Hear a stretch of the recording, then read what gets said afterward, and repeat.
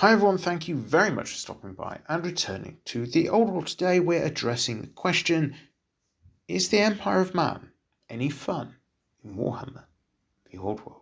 So I've now been collecting, building and playing with the Empire for about 6 months. It's been my main project since we got a firm date for the release of Warhammer The Old World back in January. There's been lots of trial, plenty of error and many battles fought. So I think I've now really built up a good experience of using and collecting the forts to have an understanding of whether it's actually an enjoyable experience.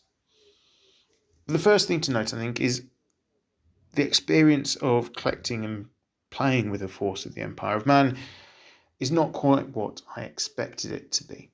How so? Well, when I imagine in my mind's eye what an Empire army looks like, it's big blocks of infantry, lots of colour, blazing banners, supported by missile weapons, artillery, maybe some knights, a flying monster, that kind of thing. Bearing in mind the setting, I wouldn't expect to see wizards in an Empire army. Why? Because wizardry is fundamentally illegal in the Empire at the time the game is set. So it's all about gunfire and clash of arms. But this isn't what an Empire army on the table looks like. And if you look at the various resources available online, showing what lists people are taking, then I think you really do see something different. You're tending to see gun lines backed by another thing. So either it seems to be a lot of cavalry being chosen, filling your core with knights, for example. Demigryphs definitely get a strong look in. You're seeing a lot of steam tanks being selected. Hellblaster, even double Hellblaster volley gun, seems quite popular. And there's always a level 4 wizard. And I think that's just partly because of the way the game is now. So whilst I mentioned in the lore that the Empire has banned wizardry, it's seen as a chaos thing. It's really frowned upon and people are liable to get burned at the stake. You need a level 4 in your army. Magic is really toned down from the days of Warhammer Fantasy Battles, particularly 8th edition, when people would just roll 6 dice at a spell, aim to get the biggest and baddest thing off and wreck the opponent's face. But I think, at least in the early days of Warhammer The Old World, people kind of slept on magic a little bit. It didn't look as powerful, it didn't look as attractive, but I think we've now learned that all there is a bit more nuance to it. And if you let your opponent run riot with magic, particularly if they've got a couple of wizards in their force, the amount of magic missiles, buffs, debuffs, etc. that can be applied can add up really, really quickly. So you need to have that magic defense, which is why I think pretty much everyone's picking a level 4, even if it doesn't fit nicely within the lore of the setting. But it's not all doom and gloom. There's definitely some positives around playing and collecting the Empire. And I think it's important to remember that what happens on the tabletop is actually only part of the hobby. And lots of people that are involved in the Warhammer community will never play a game, or they'll hardly ever play a game. What they're interested in is the stories, the lore, collecting, painting, converting, all of that sort of stuff. And the Empire also has, when we look at this, a huge amount of variety.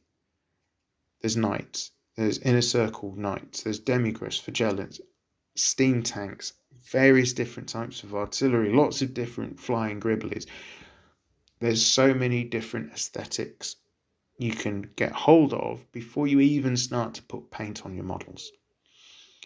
And then you can have all kinds of different colour schemes, each unit representing maybe a different local baron's force, different towns within your region. There's so much that you can do. And I think actually the Empire's perhaps moved above Britannia to a certain extent in being able to go free roam on your colour schemes because of the the lore shift that Games Workshop have brought out, where the vast majority of Bretonnian forces are going to be using the heraldry of the local duke.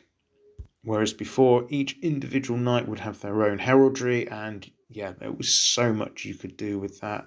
A knight bringing a couple of peasants to the field with him, so just a total mishmash of colour, a riot of designs all crashed together to form an army. But sadly, no longer unless you want to do an exiles force, of course. Then, of course, you've got the connection element. The Empire of Man is made up mostly of humans. Yeah, you can throw some halflings in, you might want to throw some ogres into the mix, but we're generally talking about humans. Normal people, not particularly strong, not the most intelligent, trying to survive in a world beset by dragons, demons, orcs, ratkin skaven, all of these sort of weird and monstrous and in some cases wonderful creatures. And I think it's far easier to get into the mindset of a human that's just trying to carve out a bit of a name for themselves, a bit of a reputation, a bit of land and power, than it is to get into the head of a bloodthirster or a chaos lord, for example.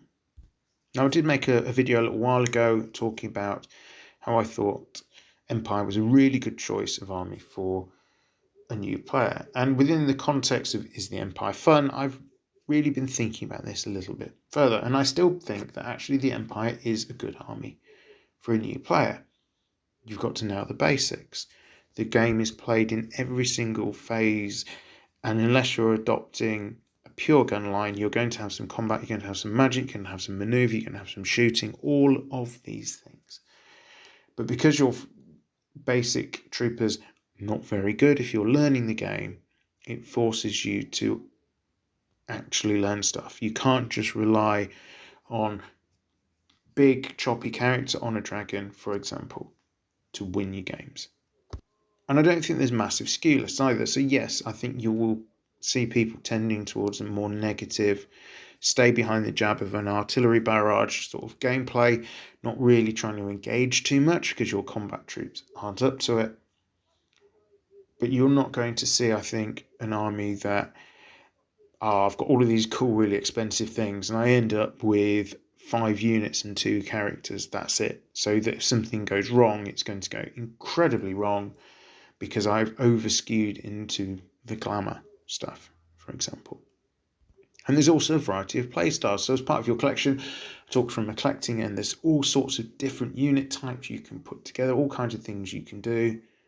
And you can bring all types of different armies to the tabletop, all within the confines of an Empire army.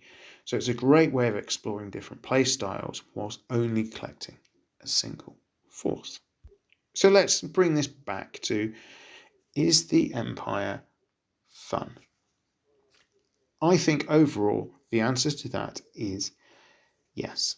Certainly from a painting and collecting perspective, that is definitely an interesting experience because you have so few limits put on what you can do. Even within the context of a made-up setting where there are very few limits, I think Empire has even less. But when we come to the tabletop, I think if you want to have fun with an Empire army, it's important to come to the table with the right mindset. Now, in a narrative, casual sort of game where you can take lower powered stuff, have that agreement of what you're going to be bringing with your opponent. Yeah, Empire, you can have a perfectly lovely game doing all kinds of different bits and pieces. More difficult when you get to the competitive landscape. Empire are one of the worst performing factions in the game at the moment and have been pretty much since the game was released. I'll be honest, I don't think even the Arcane Journal will necessarily save them, although you never know, it might help. But this doesn't stop you creating moments of interest within the game, to the extent it's perhaps almost a little bit like watching the England football team at the Euro 2024 competition. It's going to be quite defensive, quite negative in mindset for most of the game, just trying to hold on and create that one opportunity that you need to do something really cool and win the game. This might be wearing someone down, and launching the big cavalry charge to smash through the enemy centre, causing their army to fall back in disarray. It might be luring an enemy into a flank charge, taking advantage of impulse or frenzy on enemy forces, for example. So yes, I think the Empire can be fun. You can have a really good game as well just by actually having a nice social game interacting with your opponent. And you can do this whatever level you're playing at. So overall, I think, yes, the Empire is fun. It could be more fun if the army was perhaps a little bit less underpowered, but it is what it is, and I still think it's an enjoyable experience. So, do you agree? Do you find the Empire deadly dull? Do you find it enjoyable to collect? Have you enjoyed playing with them or against them? Do let me know down in the comments below. All that remains for me to say is thank you very much for listening. I am returned to the old world. Have a great day.